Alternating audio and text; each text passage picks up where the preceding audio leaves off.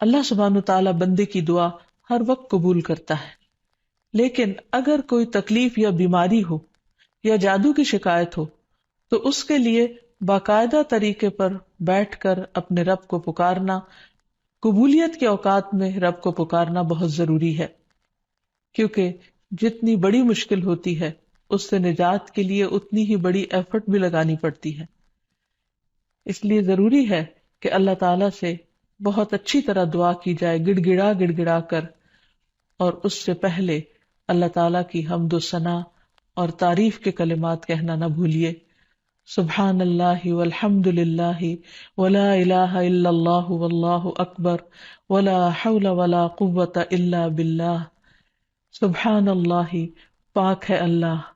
اللہ ہی کی تسبیح ہے، والحمد للہ، اب سب تعریف اللہ کے لیے ہے، ولا الہ الا اللہ، اور نہیں کوئی الہ مگر اللہ، واللہ اکبر، اور اللہ سب سے بڑا ہے، ولا حول ولا قوة الا باللہ، اور کسی قسم کی نیکی کرنے کی طاقت اور گناہ سے بچنے کی طاقت نہیں انسان کے پاس مگر اللہ ہی کی مدد سے۔ اسی طرح کسی بھی تکلیف اور کسی بھی بیماری سے نجات صرف اللہ سبحانہ وتعالی کی مدد سے ہی ہو سکتی ہے۔ تو جہاں تک جادو کا تعلق ہے تو اس سلسلے میں یاد رکھیے کہ جادو کے بہرحال اپنے اثرات ہوتے ہیں مگر بإذن اللہ، اور اس سلسلے میں ہمیں یہ بھی یاد رہے کہ جادو کے اثرات نبی صلی اللہ علیہ وسلم پر بھی ہوئے تھے۔ حضرت عائشہ فرماتی ہے کہ نبی صلی اللہ علیہ وسلم پر جادو کیا گیا اور اس کا اثر یہ ہوا تھا کہ آپ خیال فرماتے کہ کوئی کام آپ کر چکے ہیں حالانکہ وہ کام ابھی آپ نے نہ کیا ہوتا، لیکن اس جادو کا کوئی تعلق نبی صلی اللہ علیہ وسلم کے فرائض منصبی سے نہیں تھا، یعنی آپ کے اوپر باقاعدہ وحی آتی تھی، آپ لوگوں کو تعلیم دیتے تھے، آپ کی جتنی بھی ذمہ داریاں ہیں ان کو بہت آسان طریقے سے پورا کر رہے تھے۔ ہاں، بعض اوقات عام روزمرہ کے کاموں میں کچھ خلل واقع ہو جاتا۔ اسی طرح حضرت عائشہ رضی اللہ تعالی عنہا پر بھی جادو کیا گیا۔ اس سلسلے میں عمرہ جو ان کی شاگرد ہیں وہ کہتی ہیں کہ ایک مرتبہ حضرت عائشہ بیمار ہو گئی اور ان کی بیماری کا دورانیہ بہت لمبا ہو گیا، یعنی وہ ٹھیک نہیں ہو رہی تھی۔ اسی دوران مدینہ منورہ میں ایک طبیب آیا، یعنی علاج معالجہ کرنے والا، تو حضرت عائشہ کے بھتیجے ان کے پاس گئے اور انہوں نے حضرت عائشہ کا نام لیے بغیر ان کی ساری علامات بتائیں کہ وہ کس قسم کی تکلیف میں مبتلا ہیں، اور ان سے پوچھا کہ یہ کس قسم کی بیماری ہے۔ تو اس طبیب نے کہا کہ جس عورت کے بارے میں یہ علامات بتائی جا رہی ہیں ان پر کسی نے جادو کیا ہے۔ بہرحال تحقیق کرنے پر پتہ چلا کہ حضرت عائشہ کی ایک باندی تھی جس کے ساتھ انہوں نے یہ وعدہ کیا تھا کہ وہ ان کی وفات کے بعد آزاد ہوں گی، تو اس باندی نے آپ پر جادو کر دیا تاکہ حضرت عائشہ کی وفات جلد ہو جائے اور وہ آزاد ہو سکیں۔ بہرحال اس کے بعد حضرت عائشہ نے اس کو عربوں کے ایک مضبوط قبیلے کے ہاتھوں بیچ دیا اور اس کی قیمت کے بدلے ایک اور غلام کو آزاد کر دیا۔ تو اس واقعے سے بھی پتہ چلتا ہے کہ بہرحال جادو برحق ہے، یعنی جادو ایک اثر رکھتا ہے۔ برحق ہونے کا مطلب یہ نہیں کہ اس کا کرنا درست ہے، ہرگز نہیں، بلکہ جادو تو کفر ہے، جادو تو کبیرہ گناہوں میں سے ایک گناہ ہے، لیکن لوگ بہت سے اور کبیرہ گناہوں کی طرح اس گناہ کا بھی ارتکاب کرتے چلے جاتے ہیں۔ تو اس لیے اس بارے میں معلوم ہونا چاہیے انسان کو کہ یہ کس قسم کی بیماری ہے، کس قسم کی تکلیف ہے، اور اس کے مقاصد کیا ہیں اور اس کا علاج کیا ہے۔ سب سے پہلی بات تو یہ ہے کہ جادو عموماً دشمنی یا حسد کی وجہ سے کیا جاتا ہے، یا کسی سے کوئی انتقام لینے کے لیے، کوئی بدلہ لینے کے لیے، اور اس کا مقصد یہ ہوتا ہے کہ دوسرے کو تکلیف میں مبتلا کر دیا جائے۔ یہ بالکل ایسے ہی ہے جیسے لوگوں کو جسمانی طور پر تکلیف میں مبتلا کیا جاتا ہے کہ کسی کو کچھ مارا جائے ہاتھ سے یا کسی ڈنڈے سے تو جسم کو تکلیف ہوتی ہے، اسی طرح روح کو بھی تکلیف پہنچتی ہے، اور روح کی تکلیف کچھ الفاظ کے ذریعے ہوتی ہے۔ جیسے عام روزمرہ زندگی میں بھی جب کوئی ہماری تعریف کرتا ہے تو ہمیں اچھا لگتا ہے، اور جب کوئی ہمیں گالی گلوچ کرتا ہے تو ہمیں اس سے تکلیف پہنچتی ہے، اذیت پہنچتی ہے، چونکہ روح اور جسم آپس میں گندے ہوئے ہیں۔ اس لیے اگر جسم کو کوئی تکلیف پہنچتی ہے تو وہ اس کا اثر روح تک جاتا ہے۔ اسی طرح اگر روح پر کوئی چیز اثر انداز ہوتی ہے، کوئی کلام یا کچھ ایسے عملیات، تو اس کا اثر جسم تک بھی جاتا ہے، اور اس طرح انسان جادو کے اثر سے نہ صرف یہ کہ روحانی طور پر بلکہ بعض اوقات جسمانی طور پر بھی بیمار ہو سکتا ہے، اور اس میں بہت سے مذموم مقاصد ہوتے ہیں. بعض اوقات والدین اور اولاد میں یا شوہر بیوی میں یا دوستوں میں لڑائی جھگڑا اور ناچاکی پیدا کی جاتی ہے، اور باہم پیار محبت کے رشتوں کے اندر نفرت کے بیج بوئے جاتے ہیں. پھر یہ کہ جادو کی علامات کیا ہیں، کس کو کیسے پتا چلے کہ جادو ہوا ہے یا نہیں. تو اس میں یہ ہے کہ انسان کی ان یوزول سی کنڈیشن ہو جاتی ہے، یعنی انسان اسی روٹین میں زندگی بسر کر رہا ہے، وہی صبح اٹھنا، کھانا پینا، روزمرہ کے معمولات، لیکن کسی چیز میں دل نہیں لگتا، طبیعت بیزار ہونے لگتی ہے. اور یہ نہیں کہ یہ ایک دن کے لیے، 2 دن کے لیے، کیونکہ ایسا تو ہر ایک کے ساتھ ہو ہی جاتا ہے. ایک لمبے عرصے کے لیے کیفیات تبدیل ہونے لگتی ہیں، سستی یا گھبراہٹ طاری ہو جاتی ہے، ذہنی انتشار یعنی کسی چیز پر کنسنٹریشن کا نہ رہنا، حد سے زیادہ چڑچڑا پن، بعض اوقات عبادات میں بالکل دل نہ لگنا، اور بغیر کسی ظاہری بیماری کے یا بغیر کسی ظاہری جسمانی بیماری کے انسان کے اندر بیماری کی کیفیت محسوس ہوتے رہنا. بعض اوقات ڈراؤنے خواب آتے ہیں، کبھی خون کے چھینٹے اور کچھ غیر معمولی قسم کی چیزیں گھروں میں دیکھی جاتی ہیں. بعض اوقات خاوند بیوی ایک دوسرے سے نفرت کرنے لگتے ہیں، ان میں جدائی تک ہو جاتی ہے. لیکن اس کا یہ مطلب نہیں کہ ان علامات میں سے کوئی ایک علامت کسی وقت انسان کے اندر پائی جائے تو انسان فوراً شک کرے کہ مجھ پر جادو کر دیا گیا. کیونکہ آج کل یہ وبا بھی بہت عام ہو چکی ہے کہ ہر دوسرا شخص اس وہم میں گرفتار ہے کہ اس پر کسی نے کچھ کر دیا ہے. یہ ضروری نہیں ہوتا کہ ہر وقت ایسی علامات کسی کے کچھ کیے سے ہی ہوں. یہ ویسے بھی انسان ہے، کبھی تھک جاتا ہے، کبھی غذا میں کوئی تبدیلی ہو جاتی ہے، کبھی ویسے بھی انسان کا دل اللہ کے ہاتھ میں ہے، جس طرف چاہے اس کو پھیر دے. تو انسان کی طبیعت میں ایک ملال سا اور ایک سستی، ایک بے چینی سی پائی جاتی ہے. تو ان سب چیزوں کا تعلق ضروری نہیں کہ جادو سے ہی ہو، لیکن اگر جادو ہو تو یہ علامات انسان میں دکھائی دیتی ہیں. اب اگر کسی کے اندر ایسی چیزیں ہیں اور علاج کے باوجود، جسمانی علاج کے باوجود شفا نہیں ہو رہی، تو اس کے لیے ضروری ہے کہ انسان پھر روحانی علاج بھی کرے. روحانی علاج کے لیے ضروری نہیں کہ کسی بابے کے پاس یا کسی مذہبی بزرگ کے پاس ہی انسان جائے.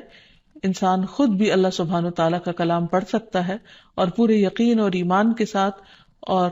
اس سے انسان کو شفا ہو سکتی ہے. کیونکہ کسی انسان کے ہاتھ میں کوئی طاقت نہیں، اصل طاقت اللہ کے کلام میں ہے، جس کو پورے یقین اور ایمان کے ساتھ پڑھنا چاہیے.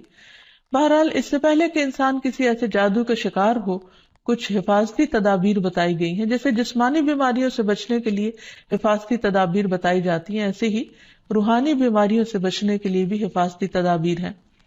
اس میں سب سے پہلے تو یہ کہ انسان پاک صاف رہے، طہارت اور وضو کا اہتمام کرے، عبادات کی پابندی کرے، کیونکہ شیاطین ایسے شخص پر اثر انداز نہیں ہو سکتے کہ جو اللہ سبحانہ تعالیٰ کے ساتھ مضبوط تعلق رکھتے ہیں. عبداللہ بیان کرتے ہیں کہ نبی صلی اللہ علیہ وسلم کے سامنے ایک شخص کا ذکر کیا گیا کہ وہ صبح تک پڑا سوتا رہا اور نماز کے لیے بھی نہیں اٹھا. تو آپ نے فرمایا شیطان نے اس کے کان میں پیشاب کر دیا، یعنی اپنی نجاست بھر دی. تو اس سے یہ پتہ چلتا ہے کہ ایسے لوگوں پر جو فرائض سے غفلت برتتے ہیں وہ زیادہ ایسی بیماریوں کا شکار ہوتے ہیں. اسی طرح عبادات کی پابندی بہت ضروری ہے، کیونکہ جب انسان اللہ تعالیٰ کے آگے جھکتا ہے، اللہ تعالیٰ کے ساتھ اس کا تعلق مضبوط ہوتا ہے، تو نہ تو وہ توہمات کا شکار ہوتا ہے اور نہ ہی وہ جادو اور مختلف چیزوں کا شکار ہوتا ہے، یعنی شیطانی اثرات اس پر کم سے کم ہوتے ہیں. اسی لیے نبی صلی اللہ علیہ وسلم کے سامنے جب ذکر کیا گیا کہ ایک شخص صبح تک پڑا سوتا رہا اور نماز کے لیے بھی نہیں اٹھا، تو اس پر آپ نے فرمایا کہ شیطان نے اس کے کان میں پیشاب کر دیا ہے، یعنی اپنی نجاست اس میں ڈال دی ہے. تو جو شخص شیطانی نجاست کے اثر میں ہو، پھر وہ سب سے بڑی بیماری اس کو لاحق ہو جاتی ہے، چاہے اس کو جادو کہیں یا کچھ اور. لیکن حقیقت یہ ہے کہ انسان جب اللہ کا اطاعت گزار بنتا ہے، رب کا فرما بردار بنتا ہے، تو شیطان اس کو اپنے کنٹرول میں نہیں لے سکتا، کیونکہ اللہ تعالیٰ فرماتے ہیں ان عبادی لیس لک علیہم سلطان، میرے بندے تیرا ان پر کوئی زور نہیں چلتا، کوئی زور نہیں چل سکے گا. ایک اور جگہ پر فرمایا الا عبادک المخلصین، مگر تیرے چنے ہوئے بندے. تو ہمیں ایسے بندوں میں شامل ہو جانا چاہیے جو اللہ کے محبوب ہیں، اللہ کے چنے ہوئے ہیں، اور اس کے لیے اللہ تعالیٰ نے جو ہمیں احکامات دیے ہیں، جو طریقے سکھائے ہیں، ان کے مطابق زندگی بسر کی جائے۔ پھر اسی طرح یہ ہے کہ کثرت سے اللہ تعالیٰ کا ذکر کیا جائے، خصوصاً استغفار، کیونکہ بہت سی تکلیفیں انسان کے اپنے ہی گناہوں کی وجہ سے آتی ہیں۔ جیسے آتا ہے ما اصابکم من مصیبت فبما کسبت ایدیکم، جو بھی مصیبت تم کو پہنچی وہ تمہارے اپنے ہاتھوں کی کمائی کی وجہ سے تھی۔ پھر اسی طرح اپنے گھروں کو تصاویر اور مجسموں سے پاک کرنا چاہیے، کیونکہ رسول اللہ صلی اللہ علیہ وسلم نے فرمایا فرشتے اس گھر میں داخل نہیں ہوتے جہاں کتا اور تصویر ہوتا ہے۔ پھر حفاظتی تدابیر میں سے یہ بھی ہے کہ انسان اپنے کھانے پینے کی عادات کو درست کرے، اور اس میں خصوصاً نبی صلی اللہ علیہ وسلم نے صبح کے وقت اجوا کھجور کھانے کا حکم دیا۔ آپ نے فرمایا جو شخص صبح کے وقت 7 کھجوریں کھائے گا یعنی اجوا، اس روز جادو اور زہر سے بچا رہے گا، یعنی اس کے اندر اتنی امیونٹی پیدا ہو جاتی ہے کہ پھر برے اثرات، زہریلے اثرات اس کو نقصان نہیں دے سکتے۔ پھر اسی طرح مختلف مواقع پر مسنون اذکار کا اہتمام کرنا، مثلاً بیت الخلاء جاتے وقت نبی صلی اللہ علیہ وسلم نے سکھایا اللہم انی اعوذ بک من الخبث والخبائث، اے اللہ بے شک میں ناپاک جنوں اور جننیوں سے تیری پناہ چاہتا ہوں، کیونکہ جادو میں بھی عموماً جنات کو استعمال کیا جاتا ہے اور وہ گندی جگہوں پر رہنا پسند کرتے ہیں، اسی لیے جب کوئی بیت الخلاء جائے تو یہ دعا پڑھ لے تو انشاءاللہ اس سے ان کے شر سے محفوظ رہے گا۔ پھر اسی طرح آپ نے فرمایا جنوں کی آنکھوں اور بنی آدم کی شرم گاہوں کا پردہ یہ ہے کہ جب کوئی بیت الخلاء جائے تو بسم اللہ پڑھ لے تو کوئی بھی اس کو پھر دیکھ نہیں سکتا۔ پھر اسی طرح شوہر بیوی کے خاص تعلق میں بھی دعا سکھائی گئی، بسم اللہ اللہم جنبنا الشیطان وجنب الشیطان ما رزقتنا، اللہ کے نام کے ساتھ میں شروع کرتا ہوں، اے اللہ ہمیں شیطان سے بچا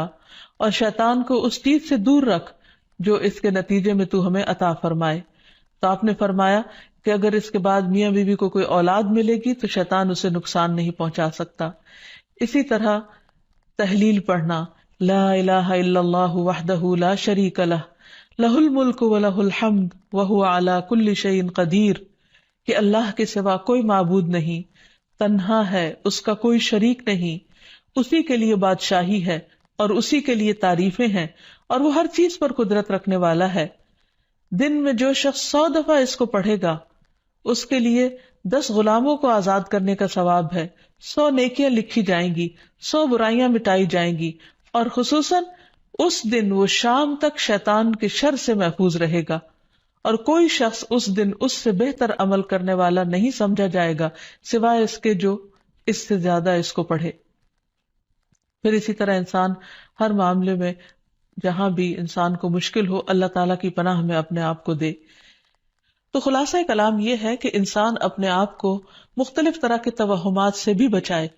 اور ہر چھوٹی بڑی بات کو جادو قرار نہ دے، یا کسی کام کو کرنے کا ارادہ نہ ہو تو یہ سوچے کہ مجھ پر جادو کر دیا گیا ہے اس لیے میں اس کام کو نہیں کر سکتا، تو یہ دراصل شیطانی وسوسے ہوتے ہیں، اس لیے ان سے بچنا بھی ضروری ہے۔ بہرحال اگر ایسے وسوسے ہوں یا حقیقت میں کوئی بیماری ہو تو اس کا علاج بھی بتایا گیا ہے، کیونکہ کوئی بیماری ایسی نہیں کہ جو قابل علاج نہ ہو۔ رسول اللہ صلی اللہ علیہ وسلم نے فرمایا ہر بیماری کے لیے دوا ہے، جب کسی مریض کو صحیح طریقے پر بیماری کی دوا پہنچتی ہے تو وہ اللہ تعالیٰ کے حکم سے درست ہو جاتا ہے۔ اسی طرح جادو بھی ایک بیماری ہے اور اس بیماری کا علاج بھی قرآن و سنت میں موجود ہے۔ اس کے لیے سب سے پہلے تو یہ پتہ لگانے کی ضرورت ہے کہ کیا واقعی جادو ہے بھی یا نہیں، اور اس میں ہم دیکھتے ہیں کہ نبی صلی اللہ علیہ وسلم کو خواب کے ذریعے دکھایا گیا تھا کہ ان پر جو جادو کیا گیا ہے وہ کہاں پر دبایا گیا ہے، تو آپ نے اس کو نکلوایا تھا۔ لیکن ضروری نہیں کہ ہم میں سے ہر ایک کو یہ پتا چل سکے کہ جادو ہے کہاں، اول تو ہو سکتا ہو ہی نہ، صرف توہم ہی ہو، ایک خیال ہی ہو کسی کا، کیونکہ بعض چیزیں انسان جب بار بار سوچتا ہے تو وہ اس کو حقیقت معلوم ہونے لگتی ہے۔ لیکن اگر انسان کو کوئی ایسا خواب آ جائے تو ٹھیک ہے، اور اگر نہیں بھی آتا تو انسان اللہ سبحانہ وتعالیٰ کا ذکر کرتا رہے اور اس کے ذریعے علاج کرے۔ اس میں خاص طور پر شرعی دم جسے رقیہ شرعیہ کہا جاتا ہے، آج کل مختلف قراء کی آواز میں قرآن مجید کی سلیکٹڈ آیات ریکارڈ کر دی گئی ہیں، مریض اس کو بار بار سنتا رہے تو انشاءاللہ اس کا توڑ ہو جائے گا۔ پھر اسی طرح اللہ تعالیٰ کی کتاب سے علاج، کیونکہ قرآن مجید میں آتا ہے وَنُنَزِّلُ مِنَ الْقُرْآنِ مَا هُوَ شِفَاءٌ وَرَحْمَةٌ لِّلْمُؤْمِنِينَ، اور ہم قرآن کے ذریعے سے وہ چیز نازل کرتے ہیں جو مومنوں کے لیے شفا اور رحمت ہے۔ تو قرآن مجید میں جیسے سب سے پہلے سورۃ الفاتحہ پڑھنا، کیونکہ اس کے اندر اللہ تعالیٰ سے مدد مانگی جاتی ہے، ایاک نعبد و ایاک نستعین، صرف تیری ہم عبادت کرتے ہیں اور صرف تجھی سے ہم مدد چاہتے ہیں کہ یا اللہ تو ہماری اس بیماری اور تکلیف کو دور فرما دے۔ پھر اسی طرح آیت الکرسی، کیونکہ جب انسان آیت الکرسی پڑھتا ہے تو اللہ سبحانہ وتعالیٰ کی طرف سے اس کے لیے ایک خاص محافظ مقرر کر دیا جاتا ہے، اور اگر رات کو انسان پڑھ کر سوتا ہے تو صبح تک وہ فرشتہ انسان کی حفاظت کرتا ہے۔ پھر اسی طرح سورۃ البقرہ کا پڑھنا، رسول اللہ صلی اللہ علیہ وسلم نے فرمایا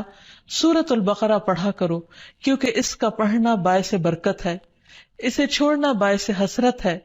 اور اس کے پڑھنے والے پر جادوگر قدرت نہیں پا سکتے۔ یعنی جو شخص قرآن پڑھتا ہے، خصوصاً سورۃ البقرہ پڑھتا رہتا ہے، تو کسی کا جادو اس شخص پر اثر نہیں کرتا۔ پھر اسی طرح معوذات پڑھنا، رسول اللہ صلی اللہ علیہ وسلم نے فرمایا صبح اور شام 3 بار معوذات کہہ لو تو یہ تمہاری ہر چیز سے کفایت کریں گی، یعنی سورۃ الاخلاص، قل اعوذ برب الفلق اور قل اعوذ برب الناس۔ اس کے علاوہ بھی مریض قرآن مجید کی تلاوت کثرت کے ساتھ کرتا رہے، اور پھر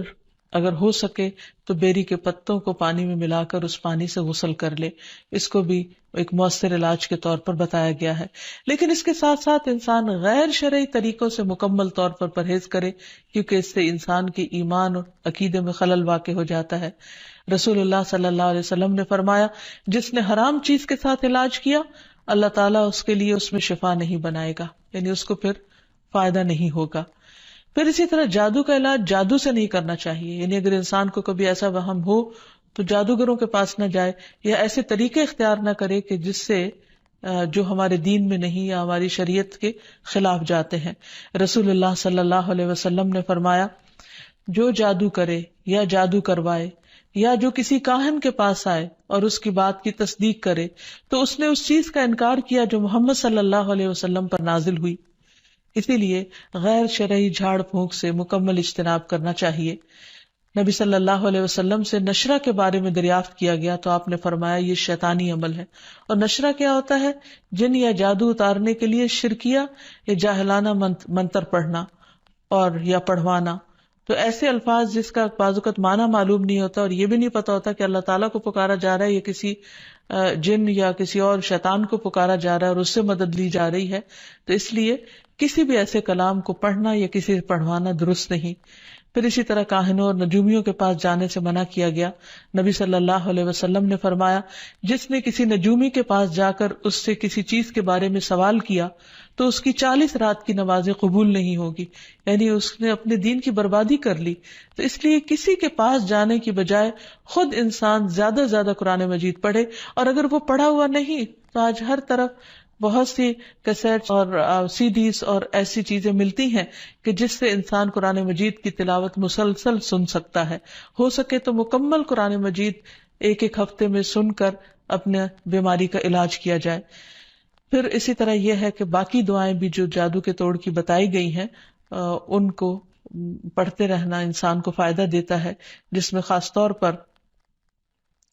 اور آخر میں یہ 2 خاص دعائیں جو نبی صلی اللہ علیہ وسلم نے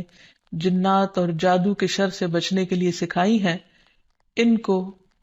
بار بار پڑھتا رہے، صبح و شام پڑھتا رہے حتیٰ کہ افاقہ ہو جائے۔ پہلی دعا ہے اعوذ بکلمات اللہ التامات التی لا یجاوزہن بر ولا فاجر من شر ما خلق وذرأ وبرأ ومن شر ما ينزل من السماء ومن شر ما يعرج فيها ومن شر ما ذرأ في الأرض ومن شر ما يخرج منها ومن شر فتن الليل والنهار ومن شر كل طارق إلا طارقا يطرق بخير يا رحمن۔ میں اللہ کے کامل کلمات کے ساتھ پناہ چاہتا ہوں جن سے آگے نہ تو کوئی نیک اور نہ ہی کوئی برا شخص بڑھ سکتا ہے، ہر اس چیز کے شر سے جس کو اس نے بنایا، پیدا کیا اور پھیلایا، اور ہر اس چیز کے شر سے جو آسمان سے اترتی ہے، اور ہر اس چیز کے شر سے جو اس میں چڑھتی ہے، اور ہر اس چیز کے شر سے جسے اس نے زمین میں پیدا کیا، اور اس چیز کے شر سے جو اس سے نکلتا ہے، اور رات اور دن کے فتنوں کے شر سے، اور رات کو آنے والے کے شر سے، سوائے اس کے جو خیر کے ساتھ آئے، اے رحم فرمانے والے۔ تو یہ دعا اور ایک اور دعا جو شدید جنات کے حملے سے بچانے والی دعا ہے، جس کے بارے میں کعب الاحبار کہتے ہیں کہ اگر میں یہ چند کلمات نہ پڑھتا تو یہود مجھے گدھا بنا دیتے۔ لوگوں نے پوچھا وہ کلمات کیا ہیں؟ تو کعب نے کہا اعوذ بوجہ اللہ العظیم الذی لیس شیء اعظم منہ وبکلمات اللہ التامات التی لا یجاوزہن بر ولا فاجر وباسماء اللہ الحسنى كلها ما علمت منها وما لم اعلم من شر ما خلق وبرأ وذرأ۔ میں اللہ کے عظیم چہرے کی پناہ مانگتا ہوں جس سے عظیم کوئی اور چیز نہیں، اور اس کے مکمل کلمات کے ساتھ پناہ چاہتا ہوں جن سے آگے نیک یا بد نہیں بڑھ سکتا، اور اس اللہ کے تمام اسماء حسنہ کے ساتھ پناہ چاہتا ہوں جن کو میں جانتا ہوں اور جن کو میں نہیں جانتا، ہر اس چیز کے شر سے جس کو اس نے بنایا، پیدا کیا اور پھیلایا۔ پھر یہ بھی یاد رہے کہ شیطان انسان پر مختلف طریقے سے حملے کرتا ہے، مثلا اللہ تعالیٰ کے بارے میں شک پیدا کرنا۔ رسول اللہ صلی اللہ علیہ وسلم نے فرمایا تم میں سے کسی کے پاس شیطان آتا ہے اور تمہارے دل میں پہلے تو یہ سوال پیدا کرتا ہے کہ فلاں چیز کس نے پیدا کی، فلاں چیز کس نے پیدا کی، یہاں تک کہ آخر میں اس بات تک پہنچا دیتا ہے، کہتا ہے کہ خود تمہارے رب کو کس نے پیدا کیا۔ جب کسی شخص کو ایسا وسوسہ ڈالے تو اللہ سے پناہ مانگنی چاہیے اور اس شیطانی خیال کو چھوڑ دینا چاہیے۔ پھر اسی طرح شیطان انسان کو اللہ تعالیٰ کی اطاعت سے روکتا ہے۔ اس نے پہلے ہی دن یہ کہا تھا قال فبما اغویتنی لاقعدن لهم صراطک المستقیم، کہ ابلیس نے کہا کہ تو نے مجھے گمراہی میں مبتلا کیا، نعوذ باللہ، وہ اللہ تعالیٰ کو بلیم کر رہا ہے، تو اب میں بھی تیری سیدھی راہ پر گھات لگا کر بیٹھوں گا۔ پھر انسانوں کے آگے سے، پیچھے سے، دائیں سے، بائیں سے، غرض ہر طرف سے ان کو گھیروں گا، اور تو ان میں سے اکثریت کو شکر گزار نہ پائے گا۔ اور ایک حقیقت ہے کہ بہت کم لوگ ایسے ہیں جو خود کو ملنے والی نعمتوں پر شکر گزار ہوں اور خوش ہوں۔ بہت سے لوگ تو بندوں سے اور اللہ تعالیٰ سے شکوہ ہی کرتے چلے جاتے ہیں اور جو کچھ ملا ہے اس کو نہیں دیکھتے۔ پھر اسی طرح شیطان کے کاموں میں سے کام یہ ہے کہ وہ لوگوں کے دلوں میں فتنے پیدا کرتا ہے، لوگوں کے درمیان جھگڑے اور فساد پیدا کرتا ہے، خصوصاً میاں بیوی کے درمیان۔ اس سلسلے میں حدیث میں آتا ہے کہ شیطان کے لشکر جب لوگوں میں فتنہ ڈالنے جاتے ہیں تو ان میں سے ایک آتا ہے اور کہتا ہے کہ میں نے اس طرح کیا اور اس طرح کیا، تو شیطان کہتا ہے کہ تو نے کوئی بڑا کام نہیں کیا، یعنی اگر عام لوگوں میں جھگڑے فساد کرواتا ہے تو اس کو وہ کوئی کام نہیں گردانتا۔ پھر ان میں سے ایک اور آتا ہے اور کہتا ہے کہ میں نے فلاں آدمی کو اس وقت تک نہیں چھوڑا جب تک اس کے اور اس کے بیوی کے درمیان جدائی نہیں ڈال دی، یعنی لڑائی نہیں کروا دی۔ شیطان اسے اپنے قریب کر کے کہتا ہے کہ ہاں تو نے اچھا کیا، اور پھر اسے وہ اپنے ساتھ چمٹا لیتا ہے۔ اور ایک اور روایت میں آتا ہے کہ پھر وہ اس کے سر پر ایک تاج رکھ دیتا ہے کہ تم نے سب سے بڑا کام کیا، کیونکہ حقیقت یہ ہے کہ اگر شوہر بیوی کے درمیان اختلافات ہوں گے، لڑائی جھگڑے ہوں گے، تو گھر کی چولہے ڈھیلی ہو جائے گی، اور جب گھر کے اندر سکون نہیں رہے گا تو پھر اس سے بہت ساری بے پناہ خرابیاں پھوٹیں گی۔ اس لیے شوہر بیوی کے درمیان باہم محبت کا ہونا ایک بہت بڑی نعمت ہے۔ شقیق کہتے ہیں کہ ایک شخص جس کا نام ابو جریر تھا، وہ ابن مسعود کے پاس آیا اور اس نے کہا میں نے ایک کنواری لڑکی سے شادی کی ہے، لیکن میں خوف زدہ ہوں کہ وہ مجھ سے نفرت کرے گی۔ تو ابن مسعود نے فرمایا کہ الفت اللہ کی طرف سے ہوتی ہے اور بغض شیطان کی طرف سے۔ شیطان چاہتا ہے کہ تمہارے لیے اس چیز کو ناپسندیدہ کر کے دکھائے جو اللہ نے تمہارے لیے حلال کی، تاکہ انسان پھر حرام کی طرف مائل ہو۔ اسی طرح باہم بہن بھائیوں کے درمیان، دوستوں کے درمیان عداوت اور دشمنی پیدا کرتا ہے۔ قرآن مجید میں اللہ تعالیٰ فرماتے انما یرید الشیطان ان یوقع بینکم العداوۃ والبغضاء فی الخمر والمیسر، شیطان تو یہ چاہتا ہے کہ شراب اور جوئے کے ذریعے تمہارے درمیان دشمنی اور بغض ڈال دے، کیونکہ عموماً شراب کی محفلیں بھی دوستوں کے درمیان ہوتی ہیں اور جوئے بھی عموماً دوستی آپس میں کھیل رہے ہوتے ہیں۔ تو ان میں ایک دوسرے کے ساتھ پھر جو زیادتیاں ہوتی ہیں ناسمجھی کی وجہ سے یا شراب کے نشے کی وجہ سے، تو اس میں بعض اوقات مدتوں پرانے تعلقات ختم ہو کر رہ جاتے ہیں. تو یہ بھی شیطانی وار ہوتے ہیں. پھر شیطان کا ایک بہت بڑا ہتھیار جو ہر ایک پر چل جاتا ہے وہ ہے غصہ کرنا، کیونکہ غصہ شیطان کی طرف سے ہوتا ہے اور وہ انسانوں کو جلد مشتعل کروا دیتا ہے. پھر اسی طرح اللہ کا ذکر بھلوا دینا. قرآن مجید میں آتا ہے استحوذ علیہم الشیطان فانساہم ذکر اللہ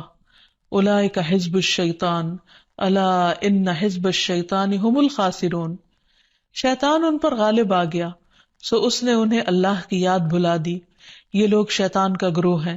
سن لو یقیناً شیطان کا گروہ ہی وہ لوگ ہیں جو خسارہ اٹھانے والے ہیں. پھر اسی طرح شیطان کا ایک بہت بڑا وار نماز میں وسوسے ڈالنا ہے. اکثر لوگ نماز کے اندر بھول جاتے ہیں اور نماز کے وسوسوں کی شکایت کرتے ہیں اور نماز میں خشوع و خضوع کو سب سے مشکل کام گردانتے ہیں. حقیقت یہ ہے کہ نماز میں خشوع و خضوع اور کنسنٹریشن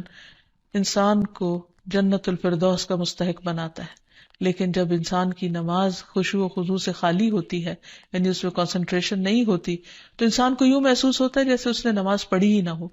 اور جب سب سے پہلا فریضہ ہی انسان کا ڈھیلا پڑ جاتا ہے یا صحیح طور پر ادا نہیں ہوتا، تو ایسی صورت میں انسان کے دل میں کبھی بھی پھر اطمینان اور سکون نہیں آتا. تو بہرحال رسول اللہ صلی اللہ علیہ وسلم نے فرمایا کہ جب نماز کے لیے اذان دی جاتی ہے تو شیطان ہوا خارج کرتا ہے اور بڑی تیزی کے ساتھ پیٹ موڑ کر بھاگتا ہے تاکہ اذان کی آواز نہ سن سکے، اور جب اذان ختم ہو جاتی ہے تو پھر واپس آ جاتا ہے، لیکن جو ہی تکبیر شروع ہوتی ہے پھر پیٹ موڑ کر بھاگ جاتا ہے. جب تکبیر بھی ختم ہو جاتی ہے تو شیطان دوبارہ آ جاتا ہے اور نمازی کے دل میں وسوسے ڈالتا ہے اور کہتا ہے فلاں بات یاد کرو، فلاں بات یاد کرو. ان باتوں کی شیطان یاد دہانی کراتا ہے جن کا اسے کبھی خیال نہ گزرا تھا. اس طرح انسان کو محو کرتا ہے ان خیالات میں، یہاں تک کہ انسان کو یہ بھی یاد نہیں رہتا کہ اس نے کتنی رکعتیں پڑھی تھی، یعنی اس کو رکعتوں کی تعداد تک بھول جاتی ہے. پھر نماز کے اندر ادھر ادھر اس کو بھٹکاتا رہتا ہے اور کبھی اس کی نگاہ ادھر ادھر اٹھ جاتی ہے، ذرا سے شور پر انسان کی توجہ نماز سے ہٹ جاتی ہے، اور بعض اوقات انسان پوری کی پوری نماز پڑھ جاتا ہے لیکن اس میں اللہ کی یاد نام کی کوئی چیز نہیں ہوتی، کیونکہ اللہ کی یاد سب سے پہلے انسان کے دل میں ہوتی، اور اگر دل میں ہی اللہ کی یاد نہیں تو زبان سے محض پڑھا ہوا یاد نہیں کہلا سکتا. پھر اسی طرح شیطان انسان سے برائی اور بے حیائی کے کام کرواتا ہے. قرآن مجید میں اللہ تعالیٰ فرماتے ہیں کہ انما یأمرکم بالسوء والفحشاء وان تقولوا علی اللہ ما لا تعلمون، کہ وہ تمہارا کھلا دشمن ہے، وہ تمہیں برائی اور بے حیائی کا حکم دے گا، نیز اس بات کا کہ تم اللہ کے ذمے ایسی باتیں لگا دو جن کا تمہیں خود علم نہیں، یعنی ایسی باتیں اللہ تعالیٰ کے بارے میں کہو جو لا علمی پر مبنی ہو. بہت سے لوگ اللہ کے بارے میں یا اللہ تعالیٰ کے احکامات کے بارے میں جھگڑتے ہیں بغیر یہ جانے کہ اللہ تعالیٰ نے کسی بات کا حکم کیوں دیا ہے. پھر اسی طرح شیطان کا ایک حربہ ہے انسان کا لباس اتروانا، کیونکہ جنت کا لباس اتروایا تھا آدم اور حوا سے شیطان نے ان کو بہکا کر، اور دنیا میں بھی وہ یہی چاہتا ہے کہ انسان بے حیائی اور فحاشی کی طرف مائل ہو. پھر اسی طرح انسان کے برے اعمال کو شیطان مزین کرتا ہے. جب انسان کو غلط کام کرتا ہے اور اس پر اس کو شرمندگی نہیں ہوتی، اس پر اس کو کوئی ریگریٹس نہیں ہوتے، تو یہ دراصل شیطان کا حربہ ہوتا ہے جو اس پر چل چکا ہوتا ہے. پھر اسی طرح انسان کو اذیت بھی پہنچاتا ہے، جیسے ایوب علیہ السلام کو جو بیماری تھی اس میں وہ کہتے ہیں کہ وَاذْكُرْ عَبْدَنَا ایوب اذ نادى رَبَّهُ انی مسنی الشیطان بنصب وعذاب، اور ہمارے بندے ایوب کا ذکر کیجئے جب انہوں نے اپنے پروردگار کو پکارا کہ شیطان نے مجھے سخت تکلیف اور عذاب میں ڈال دیا ہے. یعنی انسان جب بیمار ہوتا ہے تو اس وقت خصوصاً اس کو مایوس کرتا ہے، اللہ کی رحمت سے مایوس کرتا ہے، اور بعض اوقات اس کے دل میں ایسی ایسی باتیں ڈالتا ہے کہ جسمانی بیماری سے زیادہ انسان روحانی تکلیف میں مبتلا ہو جاتا ہے. اسی طرح بعض جسمانی بیماریاں بھی شیطان کی وجہ سے ہوتی ہیں. آپ صلی اللہ علیہ وسلم نے فرمایا طاعون تمہارے دشمن جنوں کی طرف سے ایک چوکا ہے اور وہ تمہارے لیے شہادت ہے، یعنی وہ آتا شیطان کی طرف سے ہے لیکن تمہارے حق میں فائدہ مند ہو جاتا ہے. اور شیطان کی یہ دشمنی انسان کے ساتھ، انسان کی پیدائش کے ساتھ ہی شروع ہو جاتی ہے، جیسا کہ ہم دیکھتے ہیں کہ نبی صلی اللہ علیہ وسلم نے فرمایا کہ جب بنی آدم پیدا ہوتا ہے تو پیدائش کے وقت شیطان اسے چھوتا ہے اور بچہ شیطان کے چھونے سے زور سے چیختا ہے، سوائے مریم اور ان کے بیٹے عیسیٰ علیہ السلام کے۔ اس کی وجہ مریم علیہ السلام کی والدہ کی دعا ہے کہ انی اعیذھا بک وذریتھا من الشیطان الرجیم، کہ میں اسے اور اس کی اولاد کو شیطان رجیم سے تیری پناہ میں دیتی ہوں۔ اور پھر شیطان تو اپنے کام کرتا ہے، لیکن انسان کو اس کے حملوں سے بچنے کی تدابیر اختیار کرنی چاہیے، جو قرآن و سنت میں ہمیں بہت اچھی طرح بتا دی گئی ہیں۔ سب سے پہلی بات تو یہ ہے کہ اللہ سبحانہ و تعالیٰ پر بھرپور ایمان اور توکل ہونا چاہیے، کیونکہ اللہ تعالیٰ کا وعدہ ہے کہ جو لوگ ایمان لائیں گے اور اپنے رب پر توکل کریں گے، شیطان ان کا کچھ بھی نہیں بگاڑ سکے گا۔ انما لیس لہ سلطان علی الذین آمنوا وعلی ربہم یتوکلون۔ پھر اسی طرح اللہ تعالیٰ کے لیے اخلاص برتنا، ہر کام صرف اللہ کے لیے کرنا، اپنے آپ کو شرک سے بچانا۔ تو جو شخص ایسا طریقہ اختیار کرے گا، شیطان کا اس پر بھی زور نہیں چلے گا۔ پھر ہر معاملے میں قرآن و سنت کی پیروی کرنا، پھر دن کا آغاز اور اختتام اللہ کے ذکر سے کرنا، اللہ کی یاد سے کرنا، اللہ کی فرما برداری کے کاموں سے کرنا۔ پھر اسی طرح کثرت سے سجدے کرنا، کیونکہ شیطان نے اللہ تعالیٰ کا حکم نہیں مانا تھا اور سجدے سے انکار کیا تھا، تو رسول اللہ صلی اللہ علیہ وسلم نے فرمایا، جب کوئی آدمی سجدہ والی آیت پڑھ کر سجدہ کر لے تو شیطان روتے ہوئے دور ہٹ جاتا ہے اور کہتا ہے افسوس مجھ پر۔ آدمی کو سجدے کا حکم ملا تو اس نے سجدہ کر لیا، اس کے لیے جنت ہے، اور مجھے بھی سجدے کا حکم ملا لیکن میں نے انکار کر دیا اور میرے لیے جہنم ہے۔ تو اس لیے شیطان کی مخالفت اگر انسان کرنا چاہے تو اس کے لیے سجدوں کی کثرت کر دے اور خصوصاً فرض نماز کی پابندی کرے، تو انشاءاللہ شیطان کا زور نہیں چلے گا۔ پھر اسی طرح گھر کو شیطانی چیزوں سے پاک کرنا، پھر فضول خرچی سے بچنا، کیونکہ فضول خرچ شیطان کے بھائی ہوتے ہیں، نگاہوں کی حفاظت کرنا، کیونکہ نبی صلی اللہ علیہ وسلم نے فرمایا کہ وہ ابلیس کے تیروں میں سے ایک تیر ہے۔ پھر اسی طرح اکٹھے رہنا، مسلمانوں کی جماعت کے ساتھ جڑے رہنا۔ رسول اللہ صلی اللہ علیہ وسلم نے فرمایا کہ جماعت پر اللہ کا ہاتھ ہے اور شیطان اس کے ساتھ ہے جو جماعت سے علیحدہ ہو اور وہ اس کو پاؤں مار کر ہانکتا ہے، یعنی جو شخص اچھے لوگوں کے ساتھ ملتا جلتا نہیں، ان کی مجلس میں نہیں بیٹھتا، ایک دوسرے کو وتواصوا بالحق وتواصوا بالصبر نہیں کرتا، وہ پھر شیطان کے وسوسوں اور چالوں کا شکار ہو جاتا ہے۔ اور آخر میں دعائیں، اللہ سبحانہ وتعالیٰ نے ہمیں قرآن مجید میں بھی دعائیں سکھائی ہیں اور نبی صلی اللہ علیہ وسلم نے بھی۔ اس میں سے پہلی دعا ہے رب اعوذ بک من ہمزات الشیاطین واعوذ بک رب ان یحضرون، اے میرے رب میں شیطان کی اکساہٹوں سے تیری پناہ مانگتا ہوں اور اس بات سے بھی تیری پناہ مانگتا ہوں کہ وہ میرے پاس آئیں۔ پھر تعوذ پڑھنا، یعنی اعوذ باللہ من الشیطان الرجیم من ہمزہ ونفخہ ونفثہ، میں اللہ کی پناہ چاہتا ہوں شیطان مردود سے کہ مجھ پر کوئی جنون کا اثر ڈالے یا مجھے تکبر پر آمادہ کرے یا شعر و شاعری کی طرف لائے، یعنی جو غلط قسم کی ہے۔ پھر قرآن مجید پڑھنے سے پہلے اعوذ باللہ من الشیطان الرجیم پڑھنا۔ پھر اسی طرح برا خواب دیکھنے پر تعوذ پڑھنا۔ رسول اللہ صلی اللہ علیہ وسلم نے فرمایا نیک خواب اللہ کی طرف سے اور برے خواب شیطان کی طرف سے ہوتے ہیں، پس جو ایسا خواب دیکھے جس میں کوئی ناگوار چیز ہو تو بائیں طرف تھوک دے اور شیطان سے اللہ کی پناہ مانگے، ایسا کرنے سے وہ خواب اس کو کوئی نقصان نہیں دے گا اور کسی کو یہ خواب نہ بتایا جائے۔ پھر اسی طرح صبح و شام کی دعائیں پڑھے، جس میں خصوصی طور پر شیطان کے شر اور شرک سے بچنے کی دعا ہے۔ اللہم فاطر السماوات والارض عالم الغیب والشہادہ رب کل شیء وملیکہ اشہد ان لا الہ الا انت اعوذ بک من شر نفسی وشر الشیطان وشرکہ، اے اللہ آسمان اور زمین کے پیدا کرنے والے، پوشیدہ اور موجود ہر چیز کے جاننے والے، ہر چیز کے پالنہار اور اس کے مالک، میں گواہی دیتا ہوں کہ تیرے سوا کوئی معبود برحق نہیں، میں تیری ذات کے ذریعے اپنے نفس کے شر سے اور شیطان کے شر سے اور اس کے شرک سے پناہ مانگتا ہوں۔ آپ نے فرمایا جب صبح کرو اور جب شام کرو اور جب اپنے بستر پر آؤ تو اس دعا کو پڑھ لیا کرو۔ اسی طرح سب کام بسم اللہ پڑھ کر کرنا، کیونکہ انسان جب بسم اللہ پڑھتا ہے تو اللہ کا نام لیتے ہی شیطان دور بھاگ جاتا ہے. مثلاً گھر سے نکلتے وقت بسم اللہ توکلت علی اللہ، سواری پر بیٹھتے ہوئے بسم اللہ پڑھنا. پھر اسی طرح آیت الکرسی پڑھنے سے شیطان سے حفاظت رہتی ہے. پھر صبح و شام کے اذکار میں لا الہ الا اللہ وحدہ لا شریک لہ لہ الملک ولہ الحمد وہو علی کل شیء قدیر. یہ 100 بار پڑھنا، اگر 100 بار نہیں تو کم از کم 10 بار انسان ضرور پڑھ لے. پھر اسی طرح لا الہ الا اللہ وحدہ لا شریک لہ لہ الملک ولہ الحمد یحیی و یمیت وہو علی کل شیء قدیر. جو شخص مغرب کے بعد 10 بار پڑھے گا، اللہ تعالیٰ اس کی حفاظت کے لیے اسلحہ بردار فرشتے مقرر کر دیں گے جو اس کی صبح تک شیطان سے حفاظت کریں گے. تو اس لیے ہمیں بھی ان اذکار اور دعاؤں کا اہتمام کرنا چاہیے. اگر زبانی یاد نہ ہو تو دیکھ کر بھی پڑھے جا سکتے ہیں، لیکن حقیقت یہ ہے